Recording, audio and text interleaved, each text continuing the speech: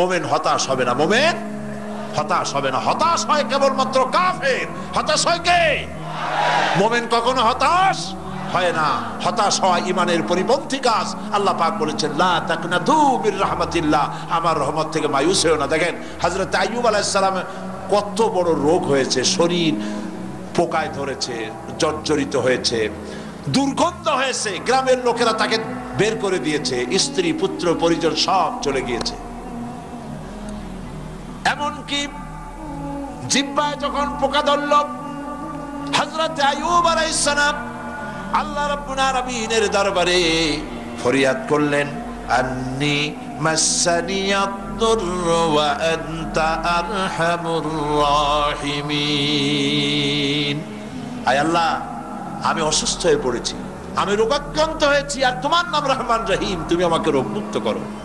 হযরত আইয়ুব আলাইহিস সালাম আল্লাহর দরবারে ফরিয়াদ করলেন, রব্বুল আলামিন সারা শরীরে পোকায় জর্জরিত হয়ে গেছে, এখন আমার জিহ্বায় পোকা ধরেছে, মাবুদ গো আমি তোমার কাছে ফরিয়াদ করি আমার জিহ্বায় পোকা দিও না, কারণ জিহ্বাটাও যদি নষ্ট হয়ে যায় তাহলে তোমার মতো আল্লাহর জিকির আমি কি দিয়া করব। হযরত আইয়ুব আলাইহিস সালাম আল্লাহ পাকের কাছে যখন এ ধরনের ফরিয়াদ জানালেন, রব্বুল আলামিন তাকে তার রোগ মুক্ত করে দিলেন, তার স্ত্রী পুত্র সব আল্লাহ রব্বুল আলামিন ফিরাইয়া দিলেন। সুবহানাল্লাহ। সুতরাং মুমিন ব্যক্তি, কোরআন শরীফে সব আছে, কোরআনের মতো শ্রেষ্ঠ ওয়াজের কিতাব পৃথিবীতে আর, শুধু বোঝার দরকার। বিপদে, যত বড় বিপদ আসুক, কোন বিপদে মুমিন ধৈর্য হারাবে না। হযরত ইয়াকুব আলাইহিস সালামের ছেলে ইউসুফ আলাইহিস সালামকে যখন তিনি হারায় ফেললেন, তিনি অধৈর্য হয়ে গেছিলেন নাকি? অধৈর্য হন নাই। কারণ আমি আমার বক্তৃতার সূচনায় বলেছি, আমরা কল্যাণ বুঝি না, অকল্যাণও বুঝি না।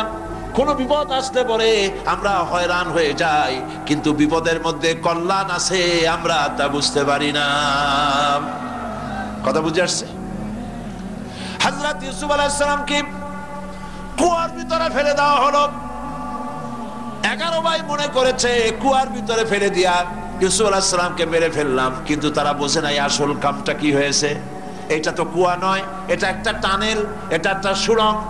একদিকে কেনান হলো তার এক মুখ, ওই সুড়ঙ্গের এক মুখ হলো কেনানের। কেনান ইউসুফ আলাইহিস সালামকে ফেলে দেওয়া হলো কুয়ার ভিতরে মারার জন্যে, কিন্তু আল্লাহ পাকের ইচ্ছা ইউসুফ আলাইহিস সালাম মরবে না। এই টানেলের অপর প্রান্ত, মিশরের সিংহাসনের টানেলের এপার দিয়া ইউসুফ আলাইহিস সালামকে ঢুকালেন, অপর প্রান্তে মিশরের সিংহাসনে ইউসুফকে আল্লাহ বসাইয়া দিলেন। হযরত ইয়াকুব ছেলের জন্য অধৈর্য হলেন না।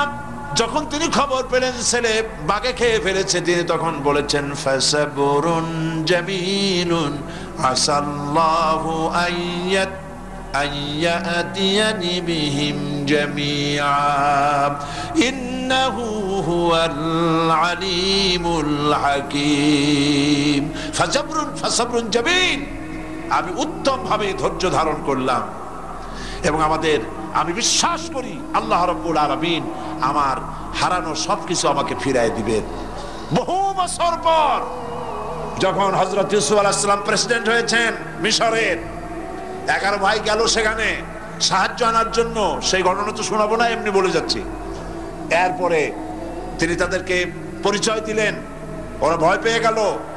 তিনি বললেন, ভয়ের কোনো কারণ নাই, লা তাসরিবা আলাইকুমুল ইয়াউম, আজকে আমি কোনো প্রতিশোধ তোমাদের নেব না। সুবহানাল্লাহ। এর নাম পয়গম্বর, এর নাম কি? আল্লাহর নবী। আমি আজকে কোনো প্রতিশোধ তোমাদের নেব না, তোমরা যাও। পিতার অবস্থা তিনি জানলেন, কাঁদতে কাঁদতে পিতার চোখ দুটো নষ্ট হয়ে গেছে। ইয়াকুব আলাইহিস সালাম, হযরত ইউসুফ আলাইহিস সালাম বললেন, যাও।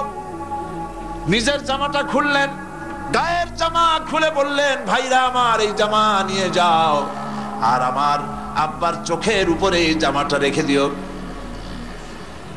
ছেলেরা যখন হযরত ইউসুফ আলাইহিস সালামের জামা নিয়ে মিশর থেকে রওনা করেছে, গল্প নয়, উপন্যাস নয়, আল্লাহ পাক এই কোরআন শরীফে সূরা ইউসুফে বলেছেন, জামা নিয়ে মিশর থেকে রওনা করেছেন। কোথায় মিশর আর কোথায় কেনান? কেনানে বসে হযরত ইয়াকুব আলাইহিস সালাম বলছেন, তোমরা যদি আমাকে মতিভ্রম পাগল যদি মনে না করো, তাহলে একটা কথা বলি, আমার নাকে এখন আমি ইউসুফের গন্ধ পেতেছি। তোমরা যদি আমাকে মতিভ্রম না করো, তাহলে আমি বলি আমি কিন্তু ইউসুফের গন্ধ পেতেছি। সুবহানাল্লাহ। হযরত ইউসুফ আলাইহিস সালামের জামা এনে ভাইরা যখন হযরত ইউসুফের চোখের উপরে রেখে দিলেন, হযরত ইয়াকুবের দুটো চোখ সাথে সাথে আল্লাহ ভালো করে দিলেন।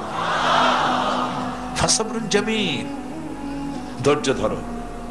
হযরত মুসা আলাইহিস সালাম বলছিলেন যে আল্লাহ তুমি নাকি ঘুমাও না। মুসা আলাইহিস সালাম তো খুব আদরের নবী, আল্লাহ পাকের খুব আদরের নবী, দারুণ আদর। আল্লাহ পাক বলছেন মুসা আমি তোমারে আমার জন্য বানাইছি। সুবহানাল্লাহ। কোরআন শরীফে আছে আল্লাহ পাক বলছেন মুসা আমি তোমারে আমার জন্য বানাইছি।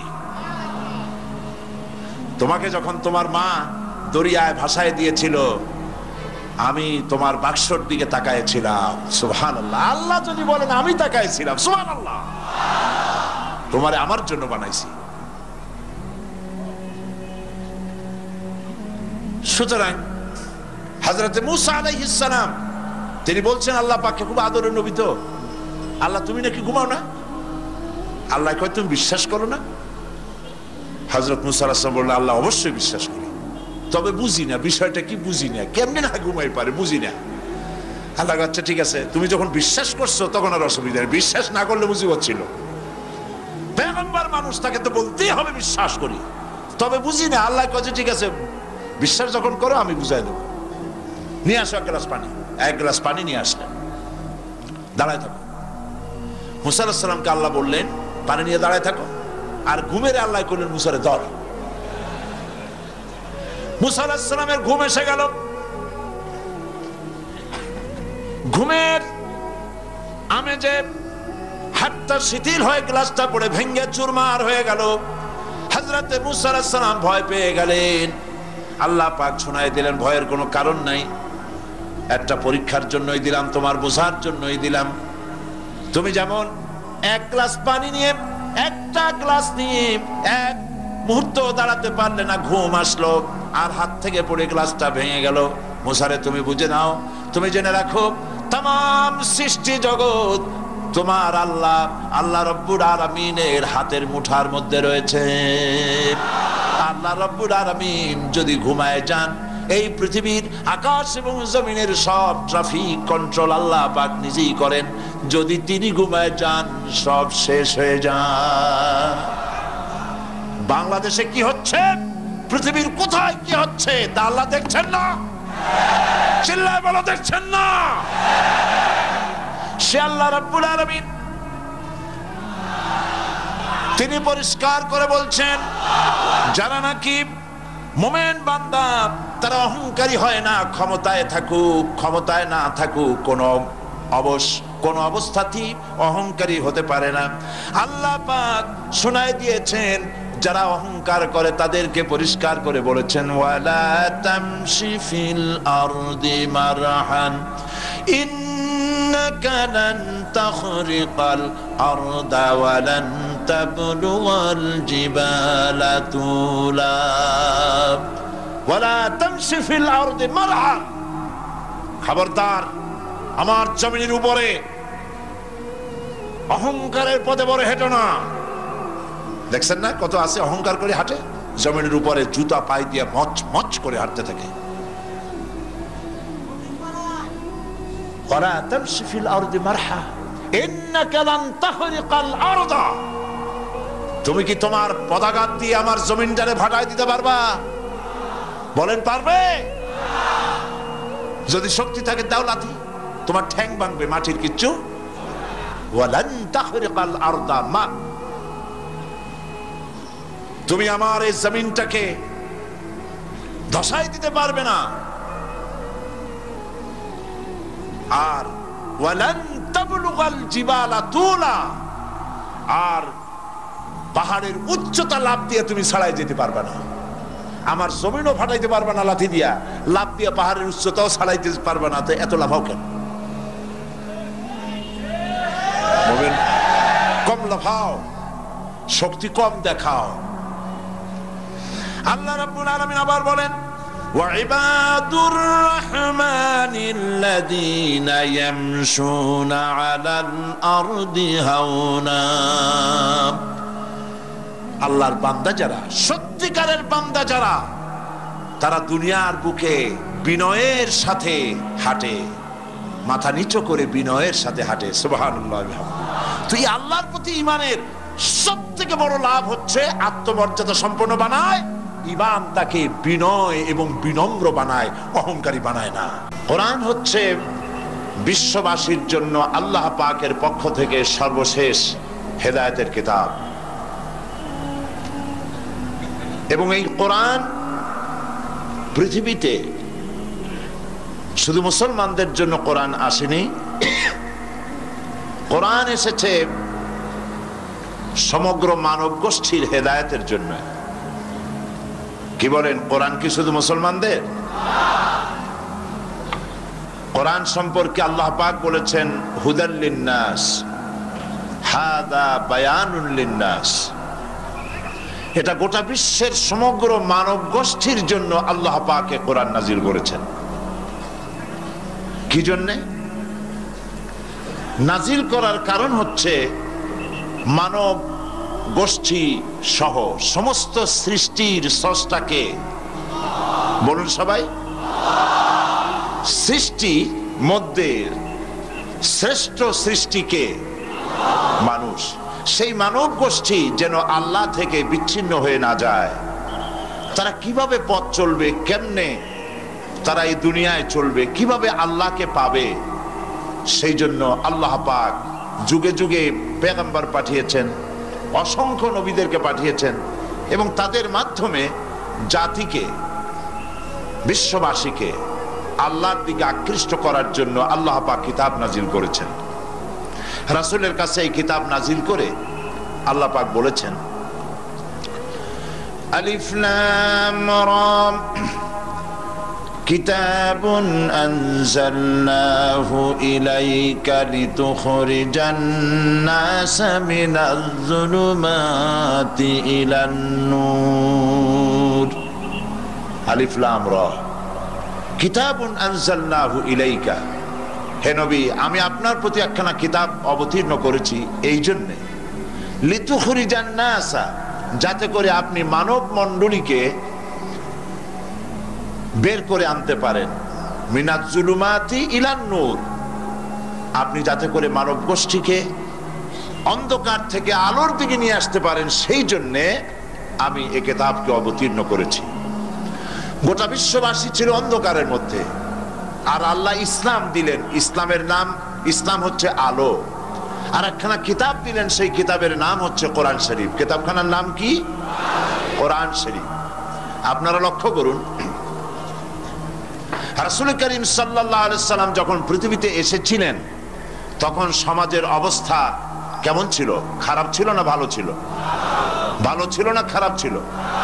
অত্যন্ত খারাপ ছিল। এই খারাপ জাতিকে, এই ধ্বংস প্রায় জাতিকে রাসূল করিম সাল্লাল্লাহু আলাইহি সাল্লাম ভালো করতে পেরেছিলেন নাকি পারেন নাই? একটি কথা আপনারা মনে রাখুন, মানুষের জীবনে মায়ের পেট থেকে যখন পৃথিবীতে আসে তখন তার শৈশব কাল, তার থেকে আসে কৈশোর, কৈশোর থেকে এসে তারুণ্য, এরপরে আসে যৌবন, তারপরে আসে বার্ধক্য। একবার বার্ধক্য এসে গেলে আর কখনো যৌবনে ফিরে যাওয়া, আর যৌবন কালে এসে গেলে আর কখনো তারুণ্যে অথবা কৈশোরে ফিরে যাওয়া, কৈশোরে এলে পরে শৈশবে আর ফিরে যাওয়া, এটা শুধু মানুষের ব্যাপারে প্রযোজ্য। খুব লক্ষ্য করুন, এটা শুধুমাত্র মানুষের জন্য প্রযোজ্য, সৃষ্টির প্রাণী জগতের জন্য এটা প্রযোজ্য যে যৌবন থেকে বার্ধক্যে গেলে আর যৌবনে ফিরে যাওয়া যায় না। কিন্তু এই কথা একটা জাতির ব্যাপারে প্রযোজ্য নয়। একটা জাতি যখন অনৈতিকতার, চরিত্রহীনতার, ধ্বংসের প্রান্ত সীমায় এসে দাঁড়ায়, তখন ওই মরণ উন্মুখ, বিস্ফোরণ উন্মুখ মরে যাওয়া জাতিকে আবার তার যৌবনে ফিরিয়ে দেওয়া যায়। তার প্রমাণ রাসূল করিম সাল্লাল্লাহু আলাইহি ওয়াসাল্লাম মরা জাতিকে জিন্দা করে দিয়েছিলেন। সেই আরবের মরা জাতি জেনা, ব্যভিচার, হত্যা, ধর্ষণ, মিথ্যা ইত্যাদিতে ভরপুর ছিল যে সমাজ, এই সমাজটাকে রাসূল করিম সাল্লাল্লাহু আলাইহি সাল্লাম অনৈতিকতার, চরিত্রহীনতায় ধ্বংসপ্রাপ্ত জাতিকে রাসূল করিম সাল্লাল্লাহু আলাইহি সাল্লাম বিশ্বের শ্রেষ্ঠ জাতিতে পরিণত করতে পেরেছিলেন নাকি পারেন নাই? কি দিয়ে পেরেছিলেন বলুন তো এবার, জোরে বলুন, কি দিয়ে? এই কোরআন দিয়েই একটি জাতির বিরাট পরিবর্তন আনয়ন করেছিলেন মুহাম্মদ রাসূলুল্লাহ সাল্লাল্লাহু আলাইহি ওয়াসাল্লাম। দেখুন, স্কুল, কলেজ, ইউনিভার্সিটি, মাদ্রাসাগুলিতে পরীক্ষা হয়, লেখাপড়া হয়, এবং প্রত্যেকটি ক্লাসে অনেকগুলি সাবজেক্ট থাকে, সিলেবাসের অনেক বই থাকে। এই অনেকগুলি বই, সাবজেক্ট ইত্যাদির উপরে পরীক্ষা দিয়ে আমরা কি পাই, প্রোডাকশন কি হয়? চরিত্রহীন, দুশ্চরিত্র, বেনামাজি, হত্যা, ধর্ষণ, চুরি, ডাকাতি ইত্যাদি বৃদ্ধিপ্রাপ্ত হচ্ছে সারা বিশ্বব্যাপী, ঠিক কিনা? এবার দৃশ্যের অপর পৃষ্ঠ দেখুন, রাসূল করিম সাল্লাল্লাহু আলাইহি ওয়াসাল্লামের কাছে একটা বিশ্ববিদ্যালয় ছিল। আজকে যেমন পৃথিবীতে অনেক বিশ্ববিদ্যালয় আছে, রাসূলের কাছেও একটা ইউনিভার্সিটি ছিল। সেই ইউনিভার্সিটির নাম হলো আল হেরা ইউনিভার্সিটি।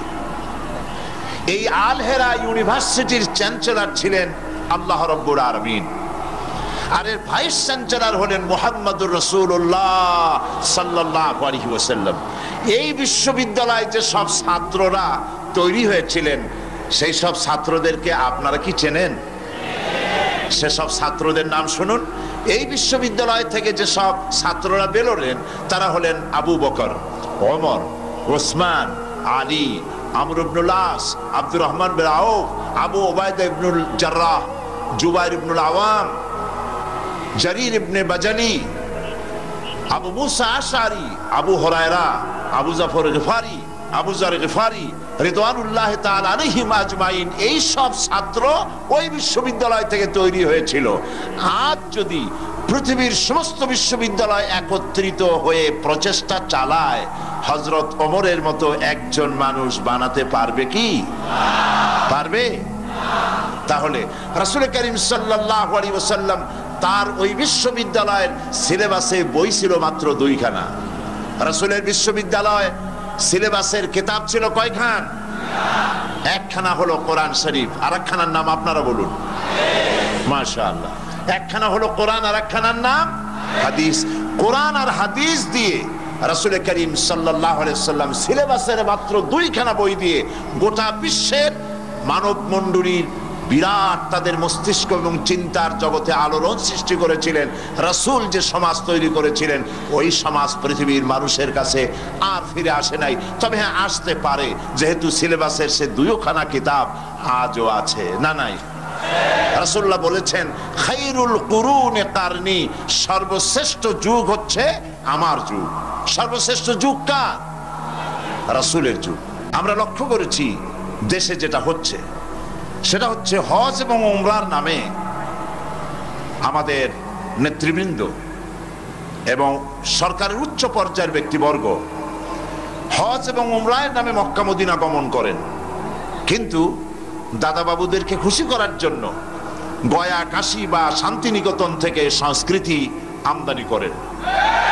এটা আর যাই হোক, এর নাম মুসলমানি নয়, এর নাম হচ্ছে সুস্পষ্ট মুনাফিকি। এখন অবস্থা দৃষ্টে যা আমরা দেখতে পাচ্ছি তা হলো এই, ধর্মনিরপেক্ষতার নামে ইসলামের ইতিহাস, ঐতিহ্য, সংস্কৃতি চিরতরে মুছে ফেলার জন্য মারাত্মক ষড়যন্ত্র চলছে। আরেকটি বিষয় হলো, দেশে জনগণের নিকট তাওহীদের ধারণা স্পষ্ট না থাকার কারণে শিরক আর বেদাত মারাত্মক আকার ধারণ করেছে। সবের নিয়তেই লোকেরা অজ্ঞতাবশত শিরক করছে, পীর পূজা, মাজার পূজা, আস্তানা পূজা করে মানুষ তাদের ঈমান নষ্ট করছে। অন্যদিকে সাধারণ মানুষের অজ্ঞতার সুযোগ নিয়ে স্বার্থান্বেষী মতলববাজ কিছু লোক নিজেদেরকে অলি সম্রাট, সুফি সম্রাট, হুসনাক সম্রাট ইত্যাদি দাবি করে ইসলামের বিকৃত ব্যাখ্যা দিয়ে জনগণকে বিভ্রান্ত করছে। তাসাউফের মতো মহান এবং পবিত্র বিষয়টিকে ব্যবসার হাতিয়ার বানিয়ে ওরস শরীফ, গোসল শরীফ, নরস শরীফ, খসরস শরীফ এর নামে কুল্লু শরীফ করে মুসলমানদেরকে বিভ্রান্ত করছে।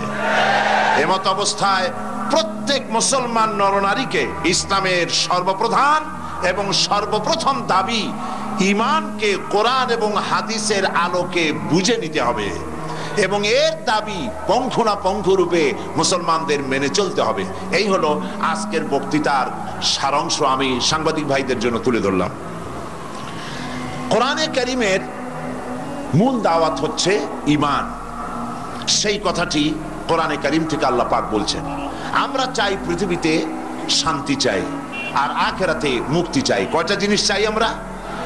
বলুন, কয়টি জিনিস চাই?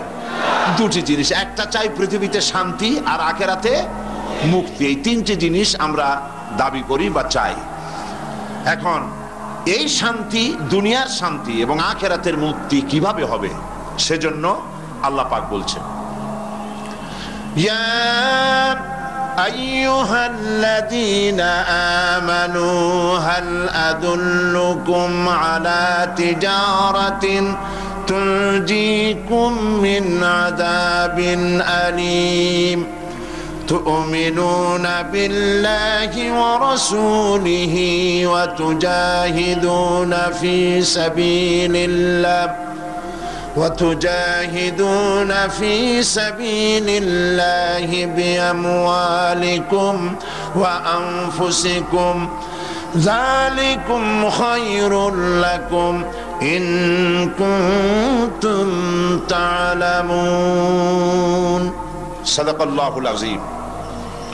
আল্লাহ পাক বলছেন সূরা আস-সাফ, হে বিশ্বাসীরা, তোমরা যারা ঈমান এনেছো শোনো, আমি কি তোমাদেরকে এমন একটা ব্যবসার কথা বলবো না যে ব্যবসায় তোমাদেরকে জাহান্নামের কঠিন পীড়াদায়ক শাস্তি থেকে রক্ষা করবে? এমন একটি ব্যবসার কথা আমি কি তোমাদেরকে বলবো না? তার মানে হচ্ছে অবশ্যই আমি তোমাদেরকে এরকম একটি ব্যবসার কথা বলবো। সুবহানাল্লাহ বলেন। কিভাবে চললে পরে জাহান্নাম থেকে মুক্তি পাওয়া যাবে সে কথাটি আল্লাহ পাক গোপন রাখেননি, ওপেন সিক্রেট। তিনি তো বান্দাদেরকে এজন্য সৃষ্টি করেন নাই যে বান্দাগুলি তিনি সব জাহান্নামে দিবেন। তিনি তৈরি করেছেন মানুষকে হেদায়েত যেন তারা পায়, সেই জন্য আল্লাহ পাক তাকে জ্ঞান দিয়েছেন, নবী দিয়েছেন, কিতাব দিয়েছেন।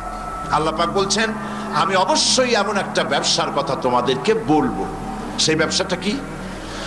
تؤمنون بالله ورسوله وتجاهدون في سبيل الله بأموالكم وأنفسكم ذلكم خير لكم إن كنتم تعلمون।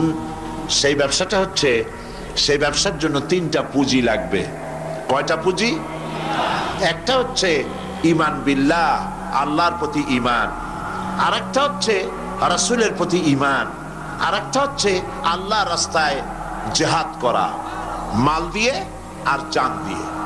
এই তিনটি জিনিস আল্লাহ রাব্বুল আলামিন বলেছেন। লোকেরা কি একথা ভেবেছে ঈমান এনেছি এই কথা বলার সঙ্গে সঙ্গে বিনা পরীক্ষায় আমি তাদেরকে জান্নাত দেব, এটা কি মনে করেছেন, মনে করে নিয়েছে নাকি? ওয়াহুম লা ইফতানুন, তাদেরকে পরীক্ষা করা হবে না? অবশ্যই পরীক্ষা করা হবে। শুধু ঈমান এনেছে এই পুঁজি ঘাটালে হবে না, পরীক্ষা দিতে হবে, কষ্ট করতে হবে, মার খাইতে হবে, জেলে যেতে হবে, পরিশ্রম করতে হবে।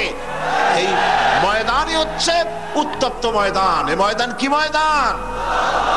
এইটা কুসুমাস্তীর্ণ নয়, এটা কণ্টকাকীর্ণ ময়দান।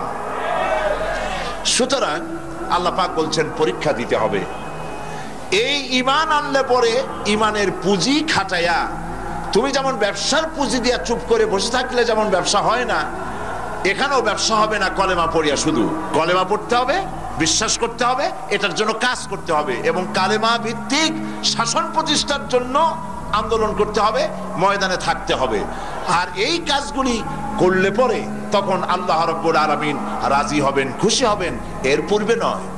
তবে দুনিয়ার ব্যবসা করতে গেলে সেই ব্যবসায় লাভও আছে, নোকসানও আছে। আল্লাহ রাব্বুল আলামিন বলেন, আমার সঙ্গে যে ব্যবসাটা করবে ওই ব্যবসাটা হচ্ছে তিজারাতান লান তাবুর।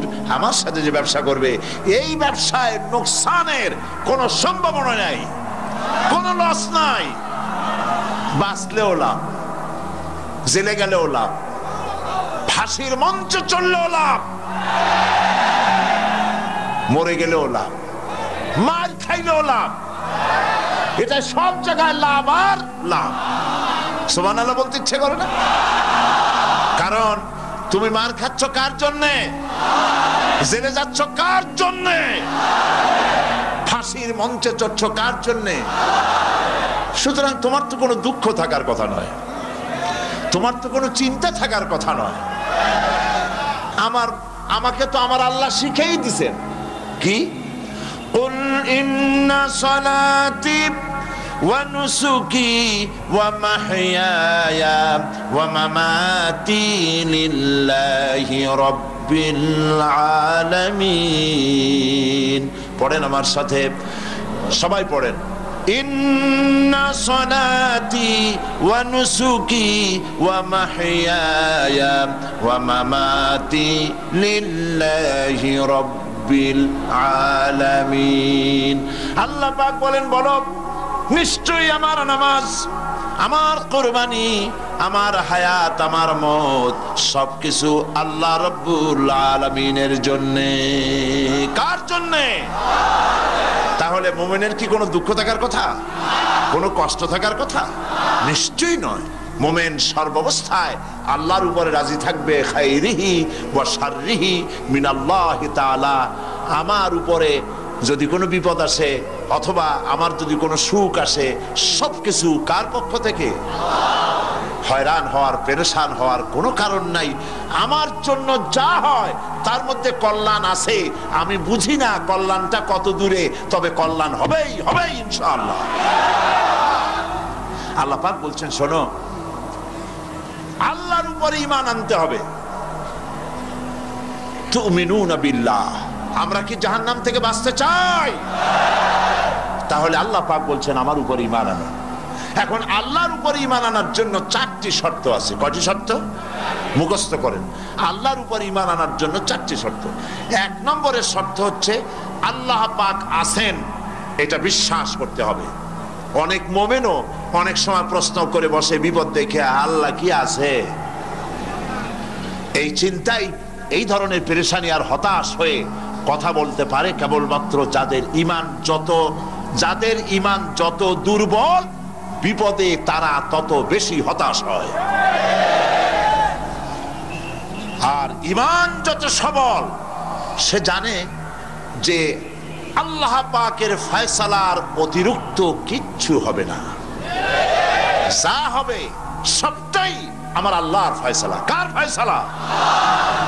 সুতরাং আল্লাহ পাকের উপরে ঈমানটা আনতে হলে 4টি শর্ত লাগবে। আমি আশা করি এই কথাগুলি, আমি আল্লাহর সাহায্য চাচ্ছি, আল্লাহ যেন বলার তৌফিক দেন এবং আমাদের বোঝার তৌফিক দেন। একটা হচ্ছে আল্লাহর উপরে ঈমান এনেছি, এই কথাটা বললেই হবে না। ঈমান এনেছি, 4টি শর্ত লাগবে। প্রথম হচ্ছে আল্লাহ আছেন, এটা স্বীকার করতে হবে, বিশ্বাস করতে হবে। 2 নম্বরে আল্লাহর গুণাবলী সহ আল্লাহকে বিশ্বাস করতে হবে। 3 নম্বরে আল্লাহর ক্ষমতাটাকে স্বীকার এবং বিশ্বাস করতে হবে। 4 নম্বরে আল্লাহ পাকের আদেশ এবং নিষেধ এর উপরে বিশ্বাস করতে হবে। এক শ্রেণীর আছে যারা আল্লাহরে চেনে নাই, ওরা কিন্তু বাড়ির ওই গৃহপালিত ওই পশুর চাইতেও নিকৃষ্ট, বালহন আদাল জানোয়ারের চাইতেও নিকৃষ্ট। মালিককে চিনতে হবে। সেই মালিককে চেনার জন্য আল্লাহ রাব্বুল আলামিন কোরআনে কারীমের ভিতরে এই সূরাটির মধ্যে আল্লাহ পাক বলছেন আমার সাথে ব্যবসা করতে হবে এবং প্রথম কাজ হচ্ছে আমাকে চেনা, আল্লাহকে চিনতে হবে। আল্লাহ আছেন তা বিশ্বাস করতে হবে। একটি কথার ভেতরে, একটি ছোট্ট সূরার মধ্যে আল্লাহ পাক বিষয়টি ক্লিয়ার করেছেন। আল্লাহ পাক বলেছেন, কুল হুয়াল্লাহু আহাদ সূরাটি মুখস্থ আছে কিনা? পড়েন সবাই আমার সাথে, গলা ছেড়ে দিয়ে পুরুষের মতো। কুল হুয়াল্লাহু আহাদ আল্লাহুস সামাদ লাম ইয়ালিদ ওয়া লাম ইউলাদ ওয়া লাম ইয়াকুন লাহু কুফুয়ান আহাদ। আল্লাহ পাক বলেন, বলো হে নবী আপনি বলুন, আল্লাহ এক এবং একক, তিনি বেনিয়াস, কারো মুখাপেক্ষী তিনি নন, তিনি কাউকে জন্ম দেন নাই, তাকেও কেউ জন্ম দেয় নাই। আকাশ আর জমিনে আল্লাহ পাকের সমকক্ষ কেউ নাই। সুবহানাল্লাহ। এ হচ্ছে আমার আল্লাহ, এ হচ্ছে আমার আল্লাহ। কাউকে জন্ম দেন নাই, তিনিও কারো জন্মে হন নাই, তিনি কারো মুখাপেক্ষী নন, আকাশ আর জমিনে তার সমকক্ষ কেউ নাই। সুতরাং এই হচ্ছে আল্লাহ পাক, তার জাতকে, তার অস্তিত্বকে মানতে হবে, স্বীকার করতে হবে। এটা গেল এক নম্বর। দু নম্বরের কথা হচ্ছে, যেহেতু ইমানের উপরে আমি ব্যাপক কথা আলোচনা করতে চাই ইনশাআল্লাহ, সেই জন্য খুব বেশি ব্যাখ্যা দিচ্ছি না। দুই নম্বরে হচ্ছে, আমি বলছিলাম কয়টা শব্দ? চারটে। এক নম্বর কি? আল্লাহর অস্তিত্ব। দুই নম্বরে হচ্ছে আল্লাহর গুণাবলী, গুণাবলীকে স্বীকার করা। পানিকে বিশ্বাস করতে হবে, পানি ডুবাই দিতে পারে, ভিজাইতে পারে, পানির এই ধর্ম সহকারে, এই শক্তি সহকারে পানিকে বিশ্বাস করতে হবে। পয়জনকে বিশ্বাস করতে হবে, তাকে পান করলে আমি মরে যেতে পারি। সাপে দংশন করলে মরে যেতে পারি, সাপকে এভাবে বিশ্বাস করতে হবে। বাঘকে বিশ্বাস করতে পারে হতে হবে যে সে যে কোনো মুহূর্তে আমাকে হামলা করতে পারে। প্রত্যেক জিনিসের শক্তি সহকারে, আগুন সে জ্বালাতে পারে, পোড়াতে পারে, এই শক্তি সহকারে বিশ্বাস করতে হবে। আল্লাহরে বিশ্বাস করবেন কিভাবে? আল্লাহর গুণাবলী সহকারে। বলেন, আল্লাহকে বিশ্বাস করবেন কিভাবে? তার গুণাবলী সহকারে বিশ্বাস করতে হবে। শুধু যদি বলেন আল্লাহরে বিশ্বাস করি, হবে না। আল্লাহর গুণ সহকারে বিশ্বাস করতে হবে। এক নম্বর গুণিত হচ্ছে আল্লাহ হচ্ছেন খালিক, তিনি হচ্ছেন স্রষ্টা। আল্লাহকে আমার স্রষ্টা, আমার রব, গোটা বিশ্বের রব, বিশাল আকাশের মালিক, জমিনের মালিক, বিস্তীর্ণ এই পৃথিবীর মালিক, সব কিছুর একচ্ছত্র মালিককে, আল্লাহ পাককে স্রষ্টা হিসেবে মানতে হবে। তিনি সৃষ্টি করেছেন, তিনি রব, তিনি সৃষ্টি করেন, তিনি প্রতিপালন করেন, তিনি পূর্ণতায় পৌঁছে দেন। এই হিসাবে তাকে বিশ্বাস করতে হবে। গোটা সৃষ্টিকে প্রতিপালন করার জন্য পানি দরকার। এই পানির বন্দোবস্ত কে করেছেন? বলেন, কে করেছেন? এই পৃথিবীর 4 ভাগের 3 ভাগ কি? বলেন কি? পানি। আর 1 ভাগ স্থল। এই অতিরিক্ত পানি যে আল্লাহ বানালেন, 3 ভাগ পানি, 1 ভাগ স্থল। এ পানি কি খামোখা বানিয়েছেন? না। এই পৃথিবীকে বাঁচায় রাখার জন্যই আল্লাহ পাক পানি বানায় রেখেছেন, অতিরিক্ত পানি বানাইছেন। আবার ওই পানি সব জায়গায় পৌঁছতে পারবে না বলে আল্লাহ বিরাট জলাধার বানিয়েছেন, সমুদ্র, মহাসমুদ্র, বিরাট বিরাট দরিয়া। এতে পানি সব জায়গায় পৌঁছবে না বলে আল্লাহ পাক আবার খাল বানিয়েছেন, নদী বানিয়েছেন, বিল বানিয়েছেন, হাওর বানিয়েছেন। মাটির পরতে পরতে আল্লাহ পাক পানি রেখে দিয়েছেন। সুবহানাল্লাহ। তারপরে এতেও হবে না, সেই জন্য আল্লাহ পাক আবার সমুদ্র থেকে পানিগুলি তুলে মেঘমালায় পরিণত করে বৃষ্টির আকারে ফোঁটা ফোঁটা পানি দিয়ে কোথায় কোথায় শুকনা একটা বালুকণা আছে তাকেও খুঁজে বার করে পানি দিয়ে আল্লাহ পাক সিক্ত করে দেন, ভিজায় দেন। এ হচ্ছে আল্লাহ। তার এই প্রতিপালনের শক্তি সহকারে, গুণ সহকারে তাকে বিশ্বাস করতে হবে। সবকিছুর স্রষ্টা তিনি, মালিক তিনি। ওই আল্লাহ রাব্বুল আলামিন, তার গুণাবলী সহকারে বিশ্বাস করতে হবে। তার গুণ হচ্ছে তিনি খালিক, তিনি মালিক, তিনি রাজ্জাক। সকলের খাবার তিনি পৌঁছান। কারো খাবার তিনি, পৃথিবীতে যত প্রাণী তৈরি করেছেন সকলের খাবারও তিনি তৈরি করে দিয়েছেন। আল্লাহ পাক বলেছেন, ওয়া মা মিন দাব্বাতিন ফিল আরদি ইল্লা আলাল্লাহি রিজকুহা। পৃথিবীর ভিতরে এমন কোন প্রাণী নাই, এমন কোন জীব নাই যার রিজকের দায়িত্ব আমি আল্লাহ গ্রহণ করি নাই। সুবহানাল্লাহ। সকল প্রাণী জগতের খাবার কে তৈরি করেছেন? খাবার পৌঁছায়ছেন কে? আল্লাহ পাককে বিশ্বাস করার জন্য চারটি শর্তের: আল্লাহর অস্তিত্বে বিশ্বাস, গুণাবলীতে বিশ্বাস, ক্ষমতায় বিশ্বাস, 4 নম্বরে হচ্ছে তার হুকুম এবং আহকামে বিশ্বাস। আল্লাহ পাক যে সব আদেশ করেছেন, নিষেধ করেছেন, সেগুলি মানতে হবে। আল্লাহ যা হুকুম করেছেন তা মানতে হবে, যা নিষেধ করেছেন তার থেকে ফিরতে হবে। তাহলে বোঝা যাবে যে আপনি আল্লাহকে বিশ্বাস করেছেন। আল্লাহর বিশ্বাস করি কিন্তু আল্লাহর আইন মানি না, এই বিশ্বাসের কোনো দাম আছে? বলেন, দাম আছে? আল্লাহকে বিশ্বাস করি অথচ ইসলামকে বলি মৌলবাদ। ইসলামের কাজ যারা করে তাদেরকে বলি মৌলবাদী। আর যাই হোক, এগুলো মুসলমান না, এগুলি মুনাফিক। এগুলি কি? এই জন্য আল্লাহ পাক বলছেন, জাহান্নামের কঠিন শাস্তি থেকে বাঁচার জন্যে আমার সাথে ব্যবসা করো। কার সাথে? এই ব্যবসার মধ্যে 3টা পুঁজি: تؤمنون بالله ورسوله وتجاهدون في سبيل الله بأموالكم وأنفسكم ذلكم خير لكم إن كنتم تعلمون। আমার সাথে ব্যবসা করো। সেই ব্যবসার পুঁজি হলো 3টি। পুঁজি কয়টা বলেছি? কয়টা? একটাও এখনো শেষ হয়নি। প্রথমে বলেছিলাম আল্লাহর প্রতি ঈমান, 2 নম্বরে রাসূলের প্রতি ঈমান, 3 নম্বরে এখনই ভুলে গেলেন? জোরে বলেন কি? এখন আল্লাহর প্রতি ঈমান আনলে পরে উপকার কি কি কি উপকার হয় সেটা শোনার দরকার কিনা? ফায়দা ছাড়া তো মানুষ কাজ করে না, ফায়দা হইতে হবে, লাভ হইতে হবে। ঈমান, আল্লাহর প্রতি ঈমান আনলে অনেক লাভ। তার মধ্যে কয়েকটা লাভের কথা আজকে আমি বলবো ইনশাআল্লাহ। বলেন ইনশাআল্লাহ। বলবো কিনা? কয়েকটা লাভের কথা বলি, আমি আশা করি ফায়দা হবে ইনশাআল্লাহ। বলি ইনশাআল্লাহ।